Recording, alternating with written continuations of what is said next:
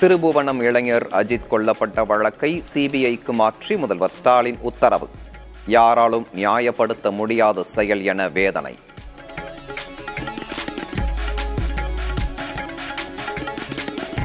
திருபுவனம் இளைஞர் கொலை வழக்கு குறித்து மதுரை மாவட்ட நீதிபதி ஜான் சுந்தர்லால் முழுமையான விசாரணை நடத்த உத்தரவு. விசாரணை தொடர்பான அறிக்கையை வரும் 8ஆம் தேதிக்குள் சமர்ப்பிக்கவும் நீதிமன்றம் ஆணை.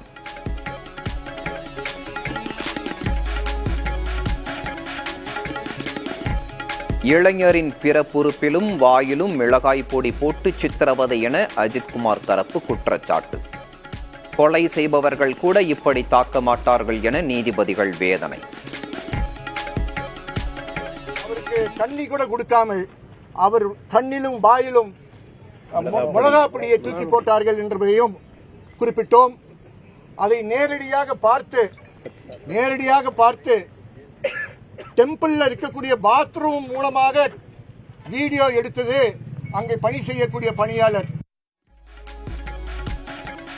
இளைஞர் உயிரிழப்பை அரசியலாக்க பார்க்கிறார்கள். வழக்கில் யாருக்கும் சாதகமாக செயல்படவில்லை என அரசு தரப்பு வாதம்.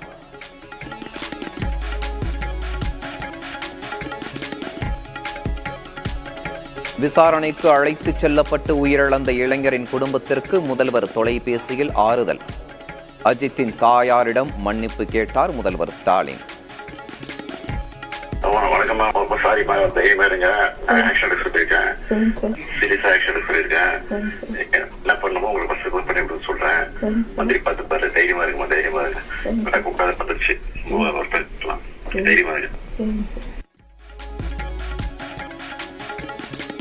கொலை செய்தது உங்கள் அரசு, சாரி என்பதுதான் உங்கள் பதிலா? நடக்கக்கூடாதது நடந்துவிட்டது என்று சொல்ல உங்களுக்கு கூசவில்லையா என முதல்வர் ஸ்டாலின் மீது பழனிசாமி கடும் விமர்சனம்.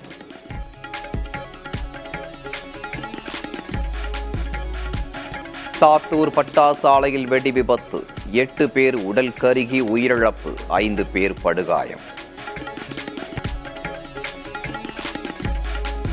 30 ஆண்டுகளாக தலைமறைவாக இருந்த குண்டுவெடிப்பு வழக்கில் தேடப்பட்டு வந்த 2 பயங்கரவாதிகள் கைது.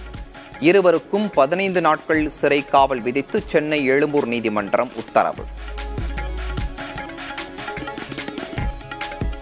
தனது மகளின் இறப்பு வழக்கில் அரசியல் கட்சிகளின் தலையீடு உள்ளது. வரதட்சணை கொடுமையால் உயிரிழந்த ரித்யாவின் தந்தை அண்ணாதுரை குற்றச்சாட்டு. கேஸை பெண்டிங் வைங்க, இல்லை தள்ளி போடுங்க, இல்லை மெதுவாக பண்ணுங்க, அவசரப்படாதீங்கிற மாதிரி சொல்லி ப்ரெஷர் கொடுத்துருக்குறாங்க. அது கண்கூட நாங்கள் சொல்ல, ஊரே சொல்லுது.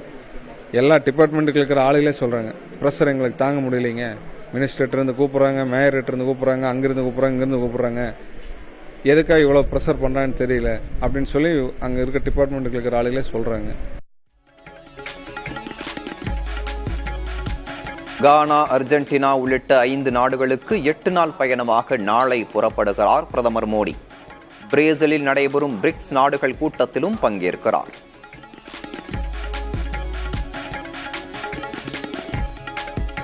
முக்கிய பிரச்சினைகளுக்கு விளக்கம் அளிக்காமல் வெளிநாடுகளுக்கு ஓடுகிறார் பிரதமர் மோடி. காங்கிரஸ் பொதுச் செயலாளர் ஜெய்ராம் ரமேஷ் விமர்சனம்.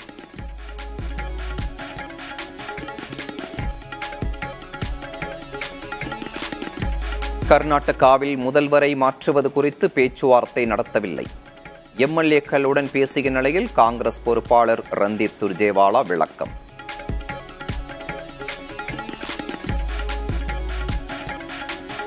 இந்தியா அமெரிக்கா இடையிலான வர்த்தக ஒப்பந்த பேச்சுகள் இறுதிக்கட்டத்தை எட்டின.